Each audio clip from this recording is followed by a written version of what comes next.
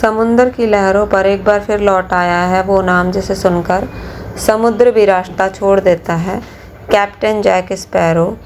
I pirates of the Caribbean on stranger tide सिर्फ एक film नहीं बल्कि एक सफ़र है उस रहस्य की ओर जो इंसान को खुदा बना सकता है। फाउंटेन ऑफ यूथ की खोज। इस बार जैक की कहानी और भी ज़्यादा पेचीदा है क्योंकि अब उसकी टक्कर सिर्फ समुद्र के लुटेरों से नहीं बल्कि अतीत से, प्रेम से और उन शक्तियों से है जिन्हें इंसान समझ ही नहीं पाया।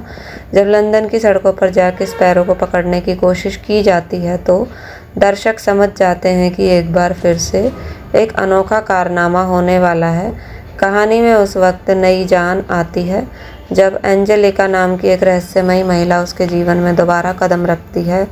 वो न सिर्फ जैक का पुराना प्यार है बल्कि कुख्यात समुद्री डाकू ब्लैकबीयर्ड की बेटी भी है जो काले जादू और जहाज़ों के आतंक से समुद्र पर राज करता है।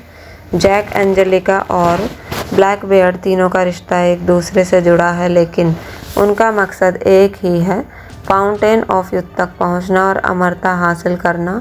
इस सफ़र में ना सिर्फ खतरनाक समुद्री तूफान है बल्कि ऐसे जीव भी हैं जो इंसानों से कहीं ज़्यादा रहस्यमय हैं। जल परियां जो अपने सौंदर्य से आकर्षित कर लेती हैं लेकिन उनका असली रूप मौत से कम नहीं होता।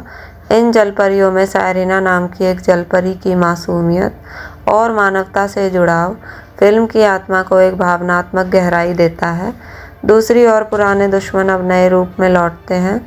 बरबोसा जो कभी जैक स्पैरो का सबसे बड़ा दुश्मन था अब रॉयल नेवी के लिए काम कर रहा है और उसका अपना बदला लेने का इरादा है। स्पेनिश सेना भी इस अमर जल की खोज में है लेकिन उनके इरादे सबसे अलग हैं।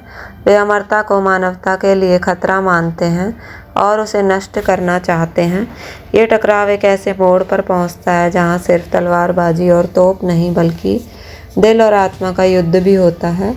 जैक स्पैरो इस बार केवल अपनी जान नहीं बचा रहा, वो अपने अतीत से, अपनी भावनाओं से और अपने विश्वास से भी लड़ रहा है। वो जानता है कि फाउंटेन ऑफ यूथ तक पहुंचना जितना कठिन है उससे कहीं ज़्यादा कठिन है खुद को खोने से बचा पाना। जैक की चालाकी, उम्र और बेफिक्री एक बार फिर दर्शकों को उसकी ओर खींचती है लेकिन इस बार उसके किरदार में एक गहराई है। एक इंसान जो प्यार करता है, धोखा खाता है और फिर मुस्कुराता है। फिल्म का सिनेमैटिक अनुभव दर्शकों को समुद्र के तल से आसमान तक ले जाता है। विशाल जहाज़ों की लड़ाई, जादू से भरे पल और मनुष्य की लालसा को दर्शाते कई भावुक क्षण इस फिल्म को सिर्फ एक एडवेंचर नहीं बल्कि एक भावनात्मक यात्रा बना देते हैं।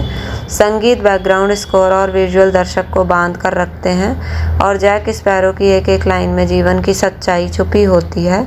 कहानी का क्लाइमैक्स जब फाउंटेन ऑफ यूथ तक पहुंच जाता है तब हर किरदार की असली मंशा सामने आती है। कोई प्यार के लिए लड़ता है, कोई बदले के लिए, कोई मोक्ष चाहता है तो कोई शक्ति। लेकिन जैक स्पैरो हमेशा की तरह सबको चकमा देते हुए अपने ही अंदाज में ये साबित कर देता है कि असली खजाना ज़िंदगी को अपने तरीके से जीना है, बेफिक्र होकर, मुस्कुराते हुए और उस आज़ादी के साथ जो दुनिया में सबसे कीमती है। ऑन स्ट्रेंजर टाइड से एक यादगार अध्याय है pirates of the Caribbean franchise का, जो न सिर्फ एक एडवेंचर देता है बल्कि ये सोचने पर मजबूर करता है कि अमरता क्या वाकई कोई वरदान है या वो एक ऐसा जाल है जिसमें इंसान अपनी आत्मा को खो देता है। क्या हम अपने सपनों के पीछे भागते हुए अपने ही रिश्ते और सच्चाई को पीछे छोड़ देते हैं? जैक स्पैरो का किरदार हमें यही सिखाता है कि ज़िंदगी की सबसे बड़ी जीत वही है जो हम खुद ना खोएं। तो अगर आपको भी ये रोमांचकारी, भावनात्मक और जादुई समुद्री यात्रा पसंद आई हो तो इस वीडियो को लाइक ज़रूर करें, अपने दोस्तों के साथ शेयर करें और चैनल को सब्सक्राइब करें क्योंकि हम आपके लिए लाते रहेंगे ऐसे ही अनसुने फिल्मी सफ़र जो आपको सोचने पर मजबूर कर देंगे। क्या असली खजाना ज़िंदगी का हर वो लम्हा है जिसे हम दिल से जीते हैं।